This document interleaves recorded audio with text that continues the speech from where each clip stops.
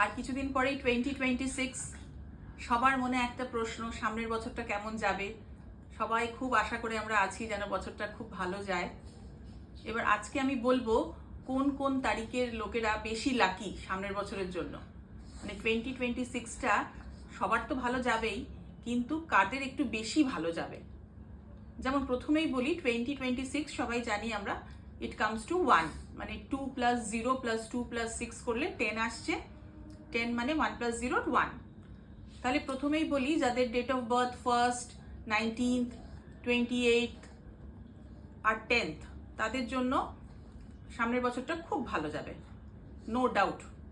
ওদের একটা খুব ভালো নিউ কিছু বিগিনিং হবে, কোনো নতুন ভেঞ্চার শুরু করার জন্য ভীষণ ভালো।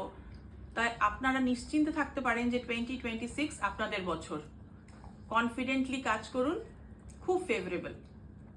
নেক্সট লাকি যারা আছে তাদের মধ্যে হচ্ছে যারা থার্ডের সিরিজে আছে, যেমন ধরুন 3rd, 12th, 21st, 30th, আপনাদেরও ভীষণ ভালো যাবে। মানে আপনাদের জন্য সামনের বছরটা কিন্তু খুব লাকি।